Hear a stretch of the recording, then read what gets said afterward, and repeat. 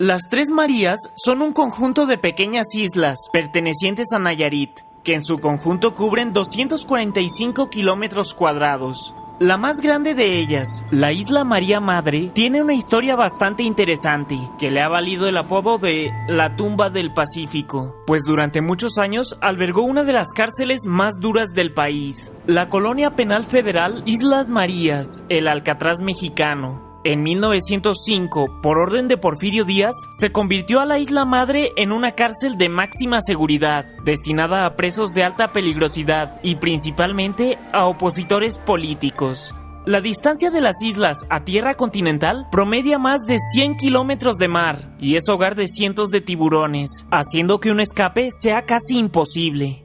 Durante años, la crueldad de los celadores y los malos tratos que recibían los reclusos, donde se contaban personas exageradamente agresivas y peligrosas, volvieron a este pequeño lugar un verdadero infierno.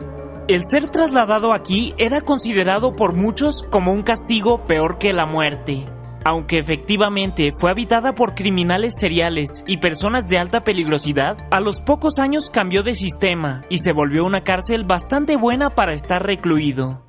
Se empezó a implementar el sistema cárcel sin rejas para que los presos que mostraran buena conducta pudieran moverse libremente por toda la isla. Se ordenó la construcción de un muelle, un hospital, una escuela y varios almacenes, además de talleres de zapatería, carpintería, maquinados, música, agricultura y ganadería, para que los prisioneros pudieran aprender habilidades que les ayudaran al terminar su condena, siendo verdaderamente un lugar de reinserción social.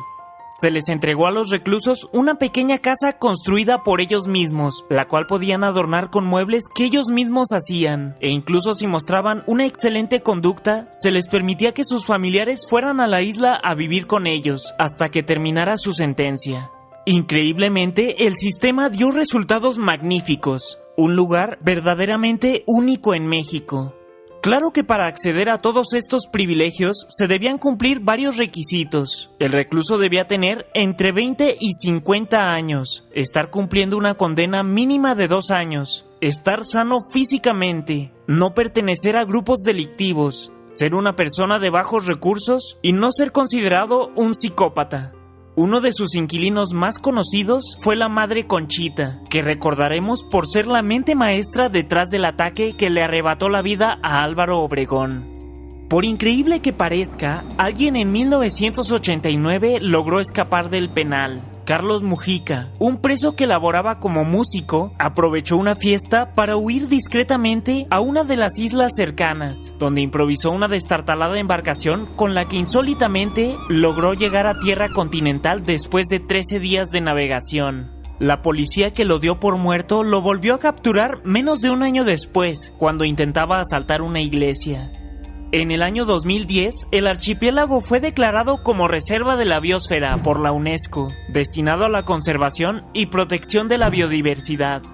Hasta mediados de febrero de 2019, el sistema penitenciario se mantuvo igual. Los presos pagaban todos sus servicios trabajando de 4 a 7 horas diarias en alguno de los talleres, realizando limpieza, repartiendo cartas o sembrando hortalizas. Y aunque para muchos era un estilo de vida ya arraigado, por orden presidencial se ordenó su cierre como prisión, para convertirse en un lugar de estudios y turismo. Aunque por su carácter como reserva de la biosfera, puede que la entrada se vea limitada a solo 40 personas por día, mientras que los presos serán reubicados en diferentes penales a lo largo del país, donde esperamos que sigan contando con talleres de reinserción social igual de efectivos.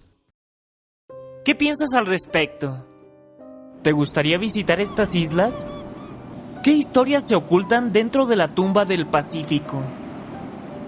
Para mí, Watchers, yo soy Snooty Aaron. Tenemos una cita todos los jueves a las 8 p.m. en este canal, así que suscríbete y activa la campanita para que descubras, junto con nosotros, los secretos que nos oculta la historia.